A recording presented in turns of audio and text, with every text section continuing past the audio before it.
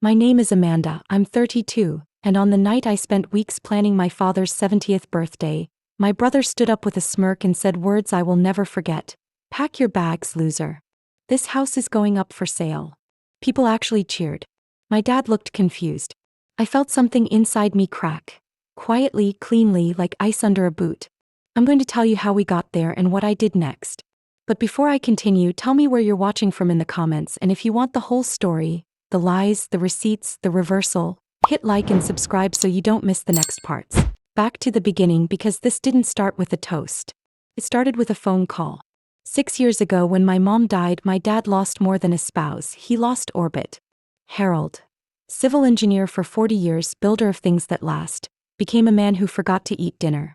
He would stand at the sink with the water running, staring at a mug like it contained an answer. I was 27 then, a marketing manager in Chicago with a one-bedroom that winked at Lake Michigan and a calendar booked with launches, happy hours, and a boyfriend who swore nothing scared him except commitment and gluten. His name was Ryan, the kind, clever guy who'd debate the difference between strategy and tactics while making the perfect omelet. I thought I was climbing towards something, and in a way I was. I just didn't know I would climb down first. The call came from Derek, my older brother by 8 years.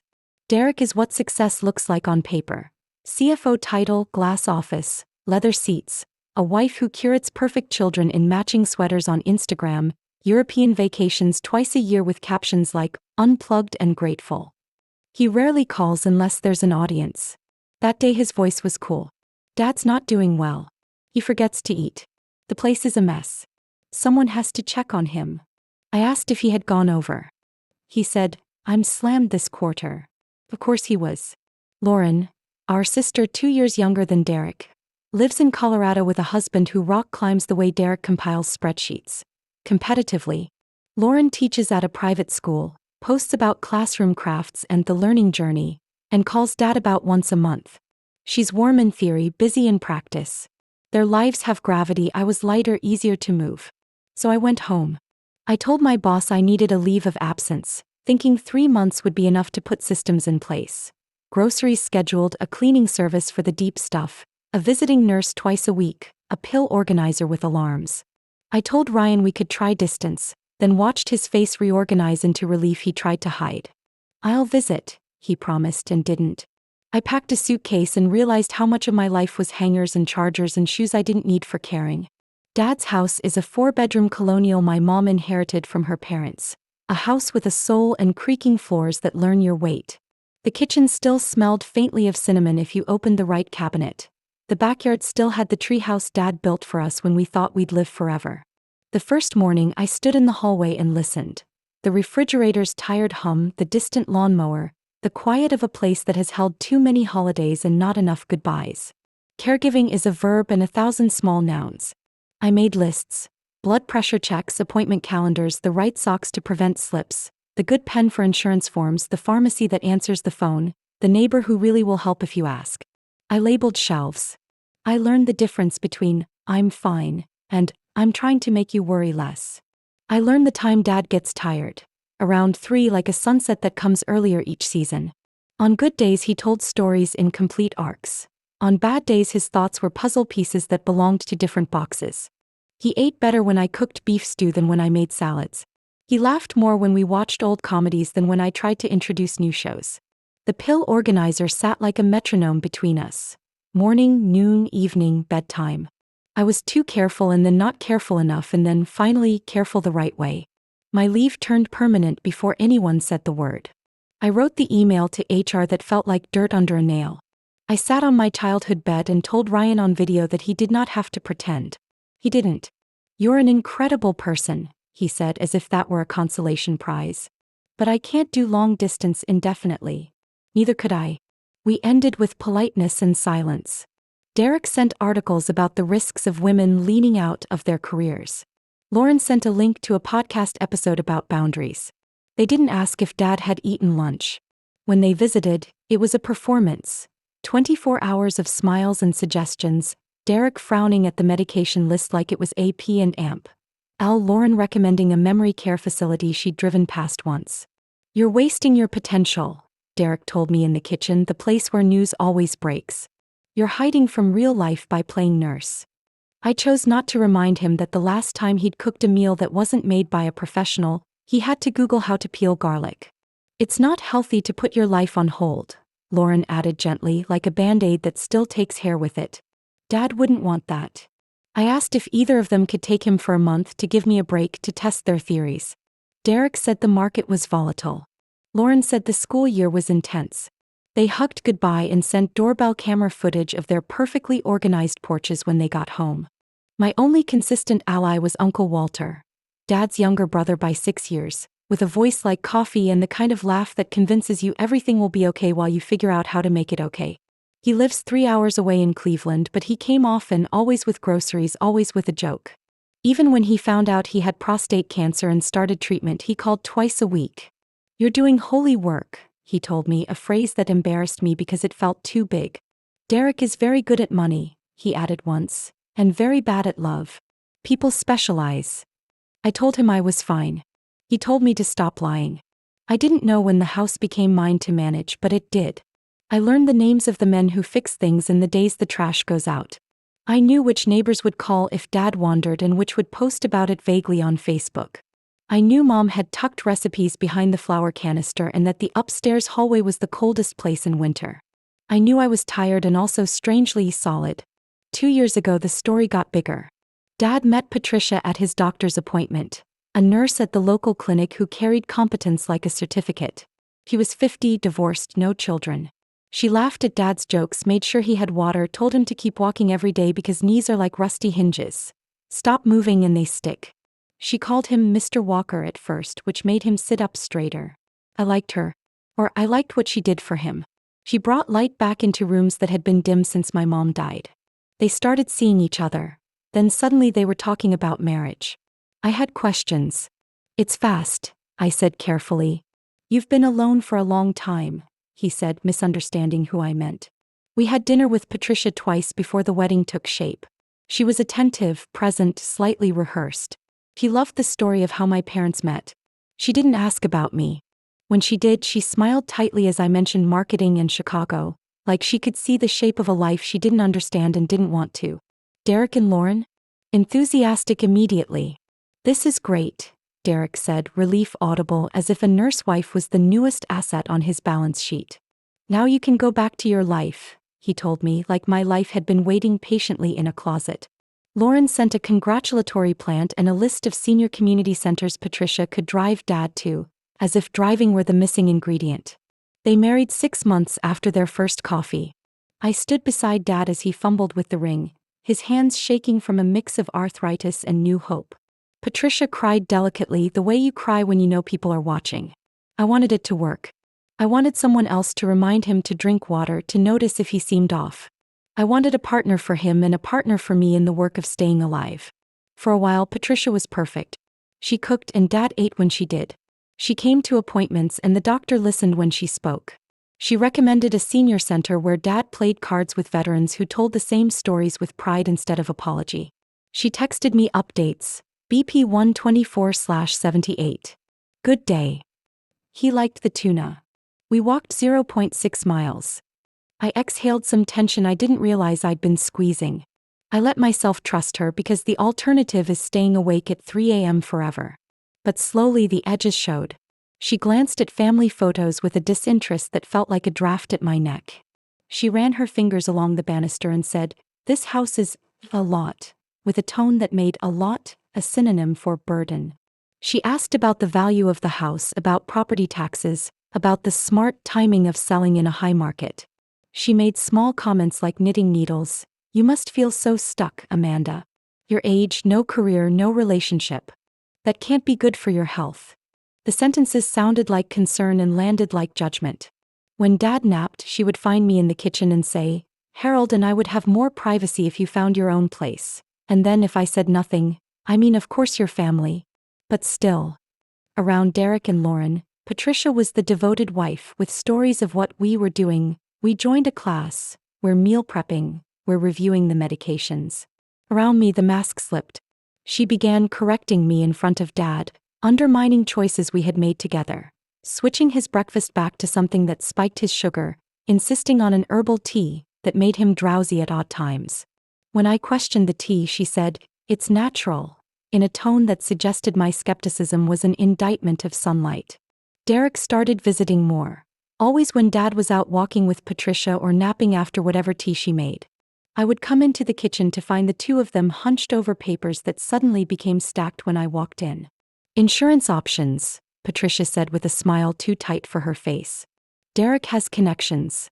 In the shuffle, I saw the corner of a property valuation and a glossy brochure for something that looked like either a resort or a facility, depending on how you read the fonts. When I asked questions, Derek called me paranoid. "We're planning," he said. "You should try it." The house began to feel like a stage with sets that changed when I left the room. Neighbors mentioned people walking the property to get inspiration for renovations, according to Patricia. Twice I came home to find measuring tape laid out along the dining room wall when Dad and I had not measured anything. When I pressed, Patricia laughed. "My friend is redoing her house. We're helping." Her friend, I learned later, had a real estate license. If you've never been in a war where the weapons are ordinary things, teas, brochures, smiles, you won't understand how fast doubt can make you feel crazy. I started to log everything.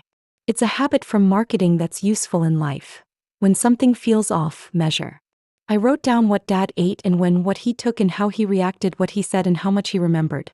I tracked his good days and the days he couldn't find the word window. A pattern emerged like a watermark. More confusion after certain evenings, clearer mornings when Patricia was visiting her sister. One night I came down for water and found Patricia at the counter transferring pills from one bottle to another. She moved like someone who thinks she's alone. When she saw me, she smiled and slid the bottles back into the cabinet like she could unring a bell. "Just organizing," she said. The next day, Dad's pill organizer contained tablets that looked slightly different. Same color family, different shape. I took one to the pharmacist I trust, the woman who knows me by name because I asked too many questions. She looked it up, frowned, and told me it was a sedative not on any of Dad's prescriptions. I stood there and felt both hot and very cold. Snow and fever. I went home and placed the pill back in the organizer and took a photo. Evidence. Or paranoia. The line between those is thinner than you think. I told Walter. He listened without interruption, then said, "We should prepare quietly." He had finished treatment, thank God, but the experience had carved his voice into something more precise. "Talk to a geriatrician independent of Patricia's network," he said. "Get a clean assessment when she's out of town. Document everything. And Amanda, don't confront until you can finish the fight." He connected me to a colleague from his old real estate law days who connected me to Michael, an elder care attorney with a careful manner and a gaze that said he used to be the kind of kid who found the rulebook and actually read it.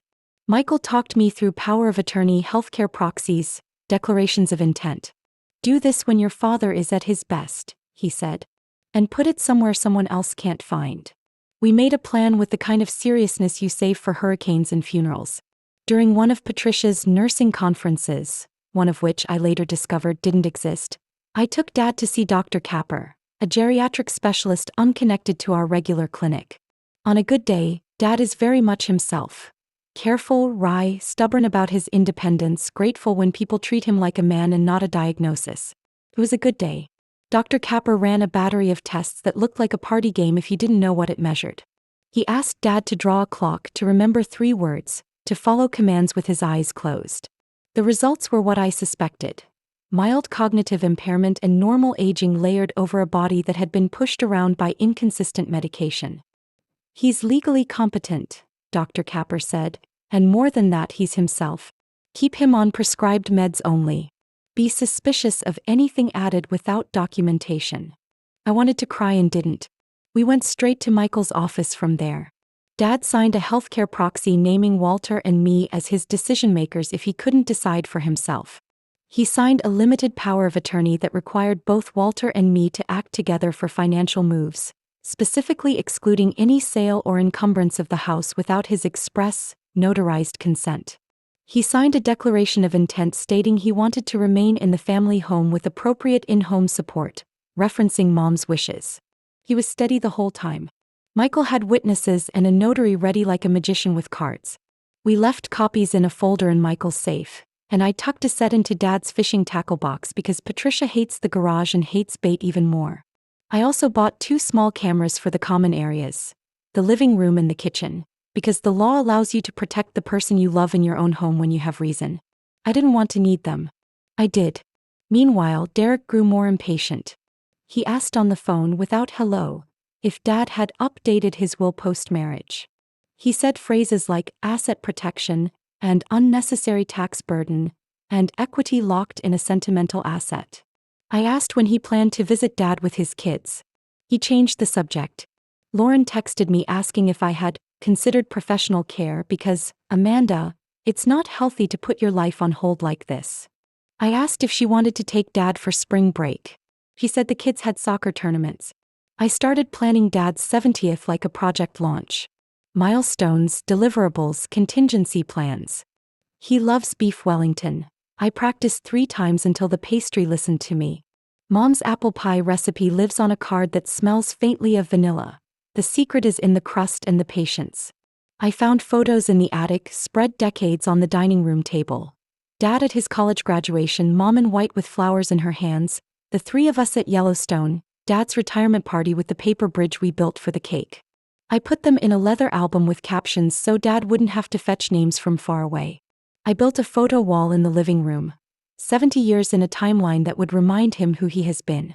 I bought blue and white balloons because those are his favorite colors. I polished Mom's good china and laid it on the table like a promise. I tracked down a bottle of the champagne they served at their wedding, the kind he and Mom used to open on New Year's Eve and pretend wasn't too expensive. For the gift, I bought 2 plane tickets to Lake Tahoe. That's where he proposed. He told me the story so many times I had memorized the sunrise. We'll go together, I told him weeks before the party. I'll carry the bags, you carry the stories. Inviting Derek and Lauren was a tactical decision, a risk, a necessity. I called Derek and kept my voice calm. It would mean the world to Dad if you were here, I said. He said, we'll see if we can fit it in. Then like a reflex, has Dad updated his will since marrying Patricia? We should discuss inheritance. I hung up and scrubbed the sink like it had offended me. Lauren asked if Derek was going and whether we'd be discussing the house situation. I said we'd be celebrating Dad. She said, of course, in a tone that meant probably not. Patricia insisted on inviting some friends. 3 couples I had never met and 1 single man named Frank who wore expensive quiet shoes. They're like family, she said, which is what people say when they mean they agree with me. When I suggested we keep it intimate, she said, this is my house too now, and reminded me she was Dad's wife. She began having private meetings with Derek at the kitchen table when Dad was at physical therapy. Papers appeared and disappeared. When I entered the room, voices lowered. Insurance, she'd say so lightly it sounded like innocent. Once I saw a net sheet for a house sale. Once I saw a printout with Oakwood Terraces in a serif font that screamed money. When I picked it up, Derek took it back. Amanda, you're not a decision maker, he said without knowing the documents in Michael's safe would disagree. There were small alarms I wanted to ignore. 2 weeks before the party, Mr. Lee from across the street caught me on the sidewalk. You thinking of moving? He asked. I saw a couple measuring the front steps. I said we weren't. He said, oh, in a tone that made, oh, a paragraph. Patricia denied it when I asked, laughed, called it a misunderstanding. She brewed Dad extra tea that week. He fell asleep at the table at 4 in the afternoon, head tilted like a puppet whose strings had slackened. I checked the pill organizer and found 2 small, unfamiliar tablets under the evening flap. I took a picture. I should say this. Caregiving is not just brushing teeth and picking up prescriptions. It's being the historian of small changes. It's knowing the difference between tired and dosed. It's telling your father, kindly and without drama, that you are paying attention. On a good morning, I sat with Dad at the kitchen table and told him I had a plan in case anyone tried to move him before he wanted to move, in case anyone pretended to speak for him without listening. He put his hand on the table, palm up, a gesture that was invitation and oath. I trust you, he said. I always have. He looked like himself in that moment, like the man who builds bridges by understanding where the load will be. The day before his birthday, Patricia was too cheerful. She hummed while she arranged flowers that didn't match, like she had color-corrected the room for a different camera. She wore a new red dress that cost more than a nurse's salary when you also like penthouses on Zillow. She recentered the chairs around the dining table 3 times. She called Frank and said, it's all set, and then turned the blender on when I walked into the room. Derek texted, "We'll be on time." Lauren texted a thumbs up, which is not a sentence but communicates a lot. I wrapped the Lake Tahoe tickets in silver paper and tucked them under Dad's napkin. I wanted to see his face when he found them. I wanted to see the man who loves a sunrise in his eyes. The morning of the party, autumn behaved itself. The light was gold and behaved like a friend. I got up early and cooked quietly the way you do when you're trying to tell a day how to be. Dad came down in the blue shirt I bought him, the one that makes his eyes look like the sky thinks highly of them. He looked good. He looked tired. "Patricia gave me something to help me sleep," he said, patting his pocket for a handkerchief. "Said I needed to be fresh." I smiled and filed it away, another bead on a string. Patricia came down in the red dress, kissed his cheek too hard, smoothed his hair, smoothed the air. "I invited a few extra guests," she said lightly. "Hope that's not a problem." The doorbell rang. "I want to pause here and tell you something true. There are days when your life rearranges itself while you carry a cake. You will think, if I set this down carefully, maybe the rest will hold. It won't, but set it down anyway." That's what I did. I set down what I could control and went to the door. Derek and his wife Stephanie walked in first without their kids, which is how you know a visit is strategic. He carried a small gift bag that looked like a favor from a conference. He hugged Dad like someone greeting an investor. Lauren and her husband Justin arrived next, also kidless, passing their coats to Patricia and gravitating instantly toward Derek like iron filings to a magnet. George and Martha from down the street came with bread still warm from the oven and faces that told the truth. They were there for Dad, not for anyone else. Then Frank arrived, expensive, pressed, carrying a briefcase that belonged in a different kind of party. Patricia called him a dear friend. He said they'd met through mutual real estate connections, and my heart took one slow, deliberate beat. We ate. Dad told a story about Yellowstone. George laughed at the right places. Lauren checked her phone. Patricia watched the door as if waiting for a cue. I brought out the photo album and put it in Dad's hands. His face did that thing faces do when memory hurts in a good way. He smiled and frowned at once. "Barbara," he said, looking at a picture of my mother and calling Martha by her name, then catching himself. Patricia checked her watch. I lit the candles on the cake. We sang. For a moment the room was right. And that's where I'm going to stop this part of the story, because this is the chapter where you understand the stakes, not the one where the knife drops. In the next chapter, the one I'm already writing, you'll see what happened after Derek tapped his glass. You'll hear exactly what he said and how the room responded. You'll hear the call I made from the porch with hands that wouldn't stop shaking, and you'll meet Michael and hear Walter's voice, and you'll understand why Frank left faster than he arrived. You'll see papers and signatures and the difference between power and permission. You'll see how a house can become a battleground and a sanctuary in the same afternoon. For now, know this. I didn't sacrifice my career and my relationship and years of my life to keep a man I love fed and safe just to watch someone sell him like a line item. I didn't learn the exact weight of a pill organizer and the pattern of a sedative and the way my dad's mouth curves when he is telling the truth to fold when someone says, market timing. I didn't teach myself to sleep lightly and stand firmly to be told I was a loser at my own father's celebration. I had a plan. I had documents. I had allies. I had the kind of anger that keeps its head. And I had a promise I made to my mother in the kitchen when I was 14 and she taught me to roll a crust. Take care of your father. I intended to keep it. So I stood in our living room with photographs of a life on the wall and a cake that tasted like memory, and I smiled at people who mistook politeness for weakness, and I prepared to do the one thing everyone had underestimated me enough to forget I could do. I prepared to fight. Derek tapped his glass with the edge of a dessert spoon, and the sound cut through the room like a thread pulled from a seam. Conversations stopped mid-laugh. Candles flickered. My father, Harold, smiled at his firstborn the way fathers do when they still believe their sons are speaking as family, not as executioners. Derek lifted his chin, practiced and polished. To the man of the hour, he began, a slight smirk tugging at the corner of his mouth. Dad, you've given us so much, your wisdom, your love, your example. Today we give something back. A new beginning. He reached inside his jacket and unfolded a document with the theatrical care of someone about to pull the tablecloth from under the dishes and call it a trick. As of this week, I hold power of attorney. We've decided it's time to sell the house and move you to Oakwood Terraces. Premium care round the clock. Amanda, He turned to me, voice slipping into a sneer he thought was charming. Pack your bags, loser. This house is going up for sale. People actually clapped.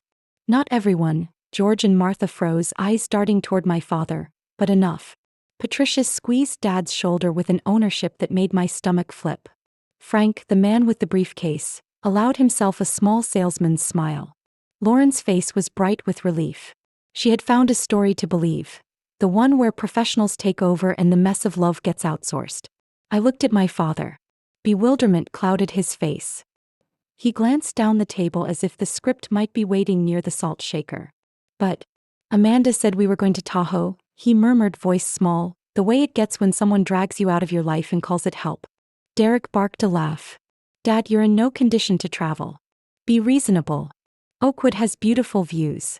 Patricia leaned in, syrup poured over nails. We're doing this for you, darling. Something in me went quiet. Not numb, focused. I set my napkin down, smoothed it with my thumb the way you smooth paper before you sign your name, and stood.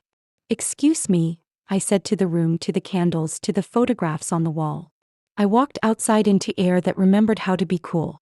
On the porch, my hands shook the way they do when adrenaline washes old loyalty out of your blood. I called a number I had slept with under my pillow for months. Michael, I said when he answered on the second ring. It's happening. Now. His voice was all ballast. I'm 10 minutes away. Walter's on his way with Dr. Capper. Hold the line, Amanda. I hung up and stood very still. Beyond the porch rail, the yard blended into a street I had biked 1,000 times as a child. Tonight it felt like a border. Inside I heard clinking, low voices, the hum of greed dressed as concern. I let the shake leave my hands, then walked back in. Derek was distributing papers across the coffee table where the album of Dad's life still sat open to his wedding day. Frank had uncapped a pen. Patricia had repositioned herself behind Dad's chair like a puppeteer. Amanda, Derek said without looking up, be useful and bring coffee. The paperwork stops now, I said, and my voice didn't raise. Didn't need to. Every head turned. Frank's pen hovered midair. Lauren blinked. Dad is not selling this house, I continued. He is not moving to Oakwood Terraces. And you, I looked at Derek, then at Patricia, are done making decisions for him. Derek smiled as if he were indulging a toddler. Too late, he said. Power of attorney is already signed. He tapped the document with the pen like a conductor cueing brass. This is above board. Grown-up business. Is it? I asked. Did anyone wonder why Dad's confusion got worse after a certain tea? Why it cleared when Patricia was conveniently out of town? Did anyone ask an independent doctor? Or did you just bring a briefcase to a birthday and call it compassion? Patricia gasped, a sound so well practiced I could hear the hours she had spent polishing it. How dare you, she hissed. I have done nothing but care for your father. Harold, tell her. Dad looked up, lost, trying to reach a memory that kept being pushed an inch out of his grasp. I feel tired, he said, apology in his eyes for not being the man he's always been. Lauren spoke for the first time, voice small. Derek, is this all set? Are we sure? He didn't even look at her. Yes. The front door opened. Shoes on hardwood. Michael stepped into the room like an answer. Calm, tidy, the kind of presence that keeps chairs from scraping. Good afternoon, he said, showing his card. I'm Michael Cho, counsel to Mr. Walker and his daughter Amanda. Behind him, Uncle Walter came in, thinner than he was before cancer but sharp as a new coin. Dr. Capper followed, bag in hand. The room shifted. Even Frank, whose face had been arranged into professional neutrality, adjusted the angle of his chin. You weren't invited, Derek said. I didn't need to be, Michael replied. The law is always invited. Frank's eyebrows climbed a millimeter. He closed his briefcase half an inch. Let's be clear, Michael continued, voice steady as a metronome. Harold Walker executed a healthcare proxy and a limited power of attorney 3 weeks ago, while demonstrably competent, witnessed, and notarized. Both require joint action by Amanda Walker and Walter Walker for significant decisions, and explicitly forbid the sale or encumbrance of this property without Mr. Walker's express consent. He produced copies, crisp and undeniable, handing them to Derek and Lauren. Patricia reached for them and Michael did not let go. Spouses are not automatically decision makers, he said. Documents are. Derek's laugh sounded brittle. Those are invalidated by this. He waved his page. More recent power of attorney. Signed, Michael said softly, on a day your father had been administered unprescribed sedatives. He looked at Patricia then, not unkind, not angry, just unblinking. We have photographs of altered pill organizers, a pharmacy analysis of tablets, and video recordings from common areas of this home showing Mrs. Walker transferring medication between containers and administering a beverage to Mr. Walker 2 hours before this signature. Cameras. Patricia shrieked. In my home. In Harold's home, Michael corrected. In his living room and kitchen. Legal, given reasonable suspicion of elder abuse. Frank set his pen down fully now. If there are legal disputes, he said, clearing his throat, I cannot proceed with any listing. He slipped the brochures back into his case. Dr. Capper stepped forward. Mr. Walker, he said gently, kneeling to be eye level with my father, it's good to see you again. With your permission, I'd like to take a blood sample. If there are unprescribed substances in your system, we'll know. Dad looked at me, then at Walter, then back at the doctor. There was fear there and something else. Relief. Yes, he said. Please. Patricia planted her heels. As his wife, I do not consent to random tests. Walter's voice was kind and made of steel. You don't have to. The proxy is active at our discretion. The way he said our felt like a bridge undergirded with rebar. Lauren had moved closer to me without realizing it. She whispered, Amanda, the tea? I nodded once. She looked as if someone had switched the lights on in a room she hadn't known she was in. Derek tried a new angle. Even if we set aside the POA, moving Dad is the right decision. This house is unsafe, stairs, maintenance, taxes. Oakwood is best. He said best as if the word had numbers behind it. Best for whom? I asked. For Dad? Or for your timeline? Patricia leaned toward him, eyes flashing. Do something, she hissed, but not quietly enough. Frank closed the briefcase fully and stood. I'm going to give your family privacy, he said, already halfway to the hall. Michael took a breath and, with the unhurried clarity of someone who has rehearsed the truth, set out the rest. Financial records showing $40,000 in management fees siphoned over the past year to a company Derek controlled. Call logs and messages between Patricia and Derek months before she met Dad at the clinic. A prenuptial agreement excluding any claim to the house. I watched the information land like slow hail. Lauren picked up the printed messages, her hand trembling. Found a perfect mark. Widower. Valuable property. Daughter living with him might be an issue. Her voice cracked. Derek. Tell me this isn't you. He lifted his chin. He has always had good posture when he lies. Those are out of context. Walter's laugh held no humor. What's the proper context for Mark? He asked. Crossword clue. Patricia spun toward me, choosing an old script. You're jealous, she spat. You've kept Harold dependent to feel important. You're 32 and living like a teenager. You want this house because it's the only proof you exist. The sad thing about lies is how well they mimic the harshest things you say to yourself. I let the words pass over me. I thought of my mother's recipe card, of my father's hand, palm up. I want my father safe, I said. I want his wishes respected. I want you to stop drugging him and stop treating him like a bank account with arthritis. Dad flinched as if the word drugging had finally become audible. He looked up at Patricia the way you look at a person you've shared a bed with and realize you don't know where they go when they leave the room. Patricia, he said, voice unsteady but his. Have you been making me confused? She pressed her lips together. You have memory problems, Harold. You need care. From Oakwood? Walter asked. Or from a penthouse downtown? The room went very still.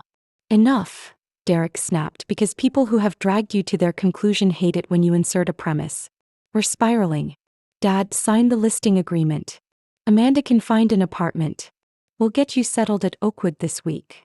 The delusion of authority in his voice startled even him. No, Dad said. Just that. One syllable that had built bridges and paid mortgages and told children to stop running by the pool. No, he sat a little taller. The fog in his eyes thinned. I don't want to go to Oakwood. I want to stay here. He turned to me. Do I have to go? Not today, I said. Not if you don't want to. The relief in his exhale made my throat hurt.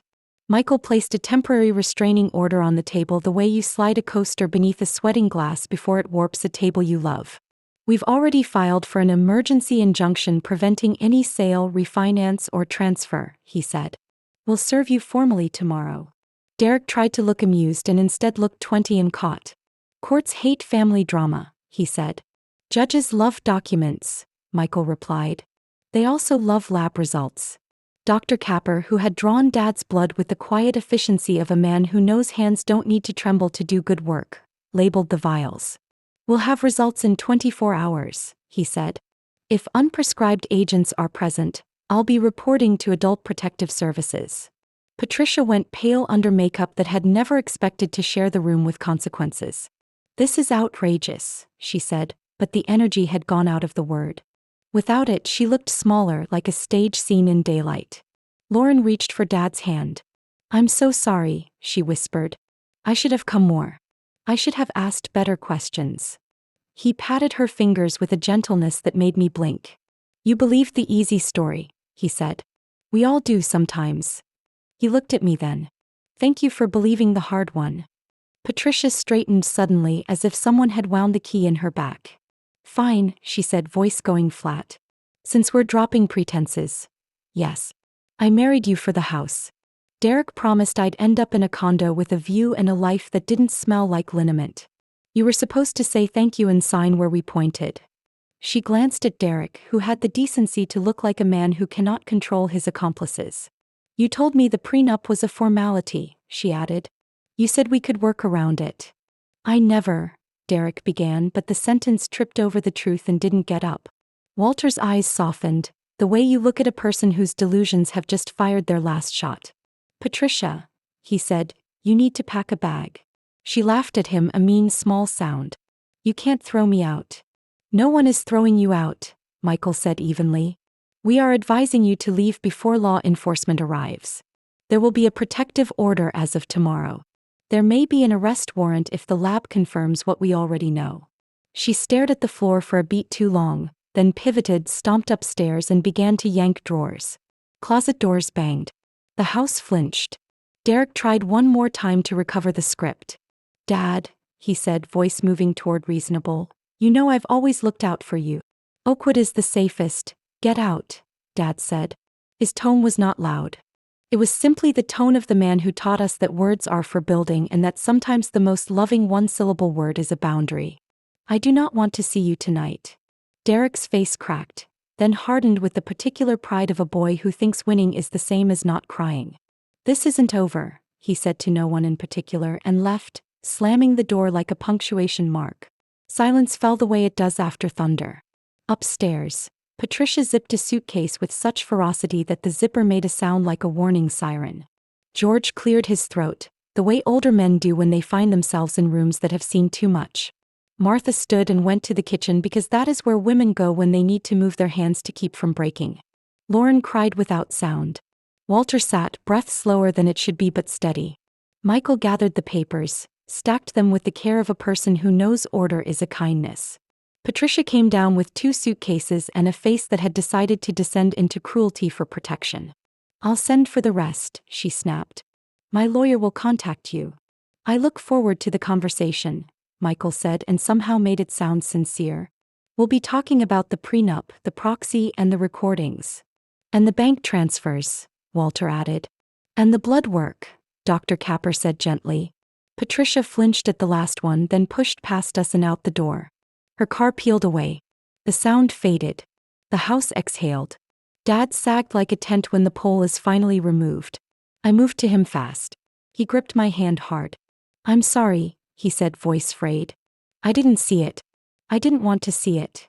You weren't supposed to, I said. That was the point. Walter put a hand on Dad's shoulder.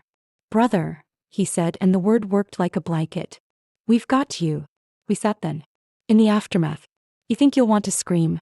You think you'll want to dance. What you do is breathe. After a while, Martha returned with the cake. It's still your birthday, she said, and I could have loved her for the rest of my life for that sentence alone. We lit the candles again. Dad looked at the glow like it was something fragile he could keep. We sang not loudly, not to drown anything out, but quietly like gratitude. He blew them out. I slid the silver-wrapped envelope under his napkin. He opened it. The tickets gleamed. Lake Tahoe, he whispered, and in his face a sunrise. Later, after George and Martha had hugged us the way you hug people you've known long enough to know where their bones are, after Lauren had folded herself into my arms and said, "I'm sorry," 14 small times, after Walter had promised to sleep in the guest room in case Dad woke scared, after Michael had gone with a list of filings and a promise to email before midnight, after the house had decided to stop holding its breath, I walked out onto the porch again. The air had cooled further. The streetlight cast its familiar circle of invented noon. My phone buzzed. A message from Michael with a PDF attached. Temporary injunction granted, service scheduled for morning, and another from Dr. Capper. Lab courier en route. Results by 5 p.m. tomorrow. Rest. I stared at the word rest the way you look at a language you used to speak. Inside, I checked the cameras, stored the day's footage, labeled it with the kind of precision you reserve for things courts will read. I washed plates slowly, feeling the heat of the water as proof that some things do what you ask when you ask them. Dad shuffled into the kitchen in his slippers. "Do you think she ever loved me?" he asked, so softly it might have been to himself. I thought of lies that start as needs and harden into crimes. "I think she loved the life she wanted," I said. "And she mistook you for the key." He nodded, eyes glossy. "Your mother never wanted this house sold," he said, not as a legal point but as a memory. "I know," I said. "I remember." He smiled then, small and real. "You remember everything," he said, and went back to bed. Around midnight, Lauren texted, "Can I come by tomorrow to help Dad in the morning? And what should I tell the kids?" And, "I'm so ashamed." I wrote back, "Yes, and the truth, and we'll make a plan." Walter snored in the guest room, a sound I had not realized I had missed. The house creaked and settled like an old ship in safe harbor. I locked the doors, checked the windows, and stood at the bottom of the stairs, listening to a kind of quiet I hadn't heard in months. By morning, the house smelled like coffee and second chances. Dad ate oatmeal and asked about the schedule like a project manager. Walter made a joke about hospital gelatina being underrated, and Dad almost laughed, which counted. Lauren arrived early with pastries and humility. She sat with Dad and let him talk until the shape of his voice returned to itself. At 9, a process server rang the bell and handed Derek's set of papers to a woman in a navy blazer at his firm's reception desk. Michael forwarded the confirmation like a weather alert. At 10, Patricia texted from an unknown number, "You will regret this," and I typed "no," and did not send it. At noon, Frank called Michael and asked for assurance he would not be subpoenaed if he provided a statement. Michael, who hates theater, said, "Just keep your emails." In the afternoon, I sat at the dining table with a legal pad and built lists out of chaos. Locks to change, passwords to rotate, banks to call to flag accounts. The new med dispenser service I'd been vetting that delivers pre-packed doses. I called the senior center to ask about a chess club on Wednesdays, because routine is medicine. I called the neighbor who is actually helpful and asked her to text me if she sees anyone measuring our steps again. I called my mother in my head and told her I did my best. Before 5, my phone buzzed. Dr. Capper. "Sedatives," he said, "name and dosage precise, 2 agents not prescribed, consistent with the behavioral changes you've documented. I'm filing the report now." I nodded into the silence until my brain remembered phones can't see that. "Thank you," I said. He added gently, "You did the right thing." After I hung up, I put my hands flat on the table and let relief come in waves. First as trembling, then as the kind of tired you don't fight. That evening, Dad and I watched a movie he loves. One of those old screwball comedies where people talk fast and mean well. He laughed in the right places. He fell asleep halfway through, head tilted toward the light like a sunflower. I turned the sound down and watched his chest rise and fall. There is a miracle in ordinary breathing, in the way the body forgives what the mind has been asked to endure. I wish I could tell you the story ends at the birthday with a cake and a court order and the sound of a car leaving for good. It doesn't. Stories that involve money and power and old wounds rarely end cleanly. There are hearings to attend and statements to give and a sister to re-meet as a woman who can say, "I was wrong," without collapsing. There is a brother to face in rooms that will not care that you share a last name. There is a father to help rehabilitate from the sabotage of care. There are herbs to water on the kitchen sill and invoices to pay and a trip to Tahoe to reschedule when winter calms down. There is, in other words, a life. But there is also this. The moment at a dining table where someone tells you to pack your bags and you don't. The moment on a porch when you call the number you stored for exactly this. The moment in a living room when you choose the hard story over the easy one and you speak it out loud and it holds. When I finally went to bed that night, the house felt like itself again. Not because nothing bad had happened in it, but because we had refused to let the bad decide what happened next. Tomorrow the real fight begins. The filings, the charges, the conversations none of us wanted to need vocabulary for. I'm not afraid. I've learned how to inventory fear and turn it into steps. I've learned how to keep the receipts. I've learned how to wait, to listen, to move when the ground is ready. And I've learned that the strongest word in a house that people are trying to take from you isn't mine. It's no. This is where I'll pause because part 3 deserves its own breath. When we pick up, I'll tell you about the courtroom and the calls, the lab report and the deal Patricia took, what Derek did when not over turned into overruled. I'll tell you how Dad's mind cleared like a sky after a storm and how Lauren and I learned to speak again without quoting our old arguments. For tonight, I'm going to sit with my father on the porch and watch the streetlight invented circle. I'm going to plan the Tahoe sunrise one more time. And then I'm going to sleep in the house my mother left us, the house my father built a family in, the house that, no matter what anyone said over cake and legal pads, knows my name when I turn the key. By morning the house had that recovered hush that follows a storm. Walter boiled water like a ritual, Lauren sliced fruit the way you do when your hands need a job, and Dad sat across from me in his blue shirt, eyes clearer than I had seen in months. What happens now? He asked, and it wasn't the frightened question of the night before. It was the question of a man who has remembered he gets a vote. Now, I told him we follow the plan we set when we still had to whisper it. We wait for the lab. We let the injunction do its work. We answer questions and we ask better ones. We keep breathing in the house your wife asked us to protect. The lab called at 4:52 p.m., because news that matters always arrives a few minutes earlier than you think you're ready. 2 unprescribed sedatives in Dad's blood, consistent with the tablets I'd photographed and the sleep tea that had turned afternoons into fog. Dr. Capper's voice stayed steady as he listed the names and dosages, the way a bridge inspector speaks when he points to cracks you knew were there but needed someone official to see. He filed the report with Adult Protective Services and the DA's office. "You did the right thing," he said, and for the first time in weeks I let myself believe that sentence was about more than paperwork. Michael moved like a man who keeps a bag packed for emergencies. By the next morning, a petition for a longer protective order was scheduled. The temporary order had already frozen the house in place like a photograph. No sale, no refinance, no title games. Someone in a navy blazer at Derek's firm signed for service and probably told him with the same brisk sympathy they use when a client loses emotion. Patricia didn't answer unknown numbers. She did send 3 messages from a new phone before blocking herself with threats that read like they'd been copied from a show about smarter criminals. Michael told me to save everything and respond to nothing. "Silence is a sentence," he said. "Use it." APS came that afternoon, 2 women who looked like they've heard every story and still leave room for the truth. They spoke mostly to Dad because dignity is protection too. He told them about forgetting words that weren't his to forget. About tea that made naps into night, about being told he was confused when he wasn't and being confused on command when he should have had a say. They asked consent to review the cameras. I played the clips I had labeled, the ones where Patricia tipped pills into her palm with the familiarity of habit, where she poured him a drink and watched like a clock, where she rifled his papers and slipped cash from an envelope into her purse, where she once flat-palmed his shoulder hard enough to leave a question.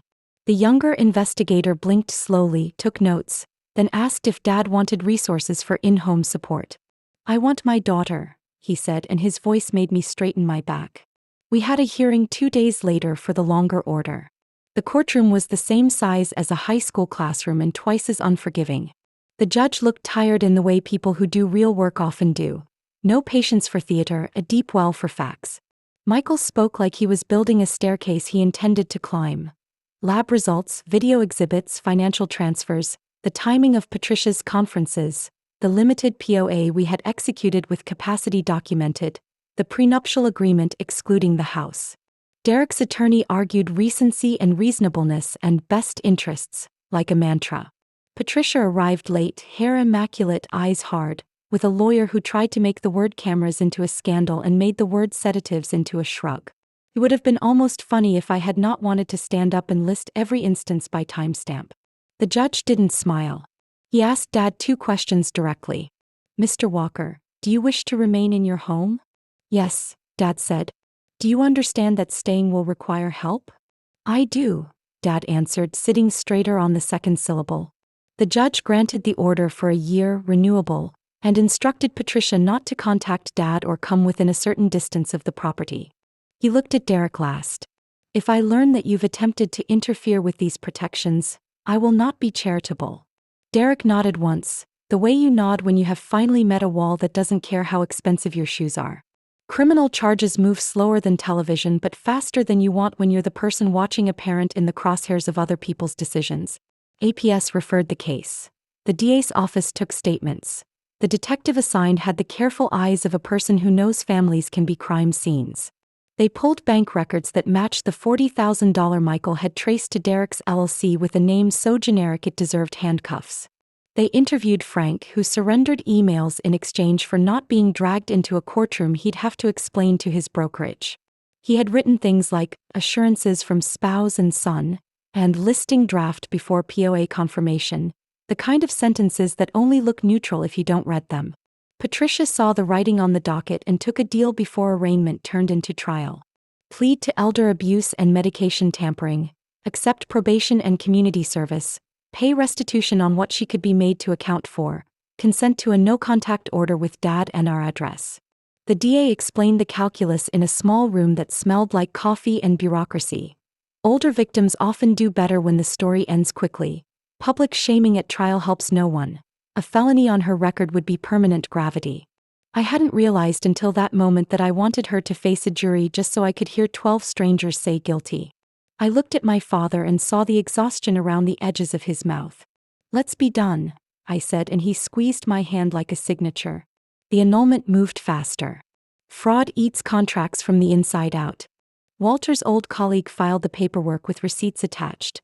Patricia's admission in my living room, the text messages with Derek, the timeline that made love at first sight into target acquired. A judge set it aside like you clear a plate you never ordered. Her lawyer sent 2 letters hinting at property division and rehabbed narratives. Michael responded with 3 sentences and a copy of the prenup. We didn't hear from her again. Derek insisted he was cooperating under protest, which is not a thing and also exactly the kind of sentence Derek believes is a strategy. His firm placed him on leave while compliance went through his files. LinkedIn went quiet in a way that felt like weather changing. The state board opened an inquiry into the transfers he called fees. The DA retained an option to charge him with financial exploitation, and his lawyer began to speak with the pragmatic tone of a man who bills by the hour and prefers settlements to losing. Lauren went to see him once and came back with a small, broken sentence. He asked me if this would blow over. Dad stared at the backyard for a long time after she told us. Some people don't know the difference between weather and climate, he said finally. Inside our house, life turned itself right side up in increments. Without sedatives, Dad's afternoons came back to him. He still misplaces nouns sometimes and loses a staircase that hasn't moved, but he laughs more and apologizes less for needing help. We hired Mrs. Rodriguez 3 days a week. She's the kind of caregiver who treats dignity like it's the first item on the checklist.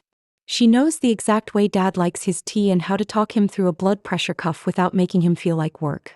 I installed grab bars where they make sense, better lighting where shadows had become excuses, a smart dispenser that locks pills until their hour arrives. I set up a whiteboard schedule that looks like a cockpit but takes the pressure off the cockpit in my head. Lauren became a regular noun in our sentences. She and the kids started coming 2 weekends a month, at first carefully like people returning to a house after a bad winter, then with the ease that makes soup taste better. She apologized exactly once, the right way. No weather, no Jordan Peterson quotes, no but. Then she started doing the things apologies should do. She showed up, she listened, she asked what help looks like and did that instead of what made her feel helpful. We found each other again, not in grand confessions but in the very boring joy of folding towels and laughing at the same joke twice. Walter, whose treatments completed successfully, sold his place in Cleveland and bought a small house 2 streets over with a porch that seems designed for brothers to argue about baseball. He eats dinner with us twice a week and tells Dad stories I've never heard about the time they stole a neighbor's trash can and returned it with a bow, about the first bridge Dad worked on that survived the kind of storm other people forget. "You taught me about load distribution," Walter said one night while we did dishes. "I didn't realize you were training me for this." I found my way back to work in a way that didn't throw me away. A startup needed a remote marketing lead who could translate human problems into campaigns without lying. I told them I could do that as long as my calendar left room for a chess game at 6 p.m. and a cardiology appointment on Tuesdays. They said yes. I said yes. My old boss sent a congratulatory text and an offer to be a reference that made me cry at the sink because sometimes kindness arrives from the past precisely on time. I built a work corner in the living room with a standing desk that faces the backyard and a post-it that says "Remember who this is for." When I hit a milestone, I take Dad for ice cream and we don't mention that it's a milestone. He orders butter pecan like he's never ordered anything else in his life. We took the Lake Tahoe trip in February because winter decided to be merciful for a week. We wore ridiculous layers and still shivered on the shore at dawn with our hands wrapped around cups of coffee Mrs. Rodriguez had insisted we take like contraband. The sky lifted itself into colors you'd accuse a designer of overusing. Dad pointed to the place where he had proposed to Mom 45 years earlier and told me the exact sentence he used and how he almost forgot the ring in his coat pocket because his hand was shaking. "Your mother said yes before I finished the question," he said, and then he was quiet for a long time. "I thought I was finished too when she died," he added finally. I was wrong. We watched the sun break open on the water and I felt, with a certainty that didn't need to raise its voice, that we had kept a promise the house asked of us. There were still hard afternoons. Grief doesn't leave just because you escorted malice to the curb. Sometimes Dad would find Patricia's leftover scarf at the back of a drawer and sit down like the air had thickened. Sometimes I walked past the kitchen table and remembered what it looked like with a stranger's briefcase on it. Derek sent 2 emails through his lawyer with language that acted like the word family was a lifeboat he could climb back into when it suited him. We declined without slamming doors. Anger had done its job and could go to bed. Boundaries would take the day shift. When spring arrived, so did envelopes with official seals that meant the case was moving from story to archive. Patricia completed the first half of her community service hours at a clinic that did not know her name until they read it on a form. The irony felt cheap and unimportant. A restitution plan started with a number we will probably never see in full. And that was okay because money isn't the same as harm and pretending it is will make your teeth grind. Derek's board hearing put his license on hold, pending outcome of legal matters, which is how systems apologize to people without saying the word. If you're waiting for me to say he called and cried and asked for forgiveness in a language that sounds human, I can't. He doubled down and then went quiet, and I recognized the shape of that quiet because I have used it to protect myself too. It's not an ending. It's a comma that might become a period later. We hosted a second birthday for Dad 6 months after the first, a small one on purpose. George and Martha came with bread warm enough to burn fingers. Lauren brought a salad that was mostly noodles because we're honest people. Walter told a story that made Dad wheeze laugh, and Mrs. Rodriguez sat at the table instead of hovering at the edges. We put the photo album back out and this time Dad narrated without needing to flip for the captions. He called Martha by her name and then, with a grin, called her Barbara just to make her swat him with a napkin. We didn't make a toast because we had already said the important part with how we set the table. At night, after the kitchen is closed and the house is folded up and it's quiet, I sometimes open a document on my laptop and write down the things I wish someone had said to me when this started. Love is a verb that includes spreadsheets. Suspicion is not betrayal when you're protecting someone you love. Install the cameras. Keep the pill bottles. Ask for a second opinion. Hide the documents in the tackle box if you have to. Keep your voice even when your heart breaks. You can be kind and still. Say no. I don't know if anyone will read it, but maybe that's not the point. Maybe the point is that telling the truth out loud is a way to make a house stronger. The porch swing gets the last word most evenings. Dad and I sit there and watch the neighborhood perform its little theater of mailboxes and dogs and kids with too much energy and not enough fear. Sometimes Lauren's minivan pulls up and the kids spill out and my niece climbs into the swing without asking and we become 3 people moving in a line. Walter walks over with a newspaper he still insists on buying. We talk about nothing that matters until we realize those are the only conversations that do. I keep the injunction paperwork in a folder in the kitchen drawer next to the takeout menus. Not because I think I'll need it, but because once you have lived through an ambush, you learn to honor your preparedness.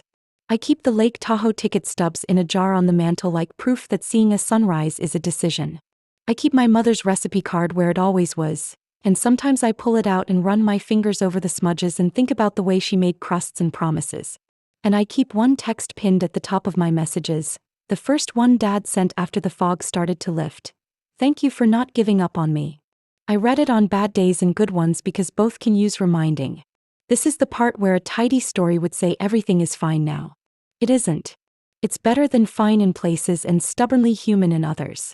It's a life with safeguards and softness, with a calendar that holds court dates and chess nights in the same color because I refuse to let the worst thing pick my palate. It's a house that kept its soul because a girl who was told to pack her bags didn't. It's a father who remembers the punchline again. It's a sister who learned how to be here. It's an uncle who moved closer because love is proximity as much as poetry. It's me with a job that requires my brain and a home that doesn't demand my disappearance. If you've stayed with me through this, thank you. If you've ever had to choose the hard story over the easy one, I'm proud of you in the way only a stranger who knows your ache can be. Tell me where you're watching from in the comments, and if this gave you strength or language, hit like and subscribe so we can keep telling the truth out loud together. Sometimes the best revenge isn't a courtroom monologue or a headline. It's a life you build in the clear with receipts and boundaries and the kind of sunrise you go and get on purpose.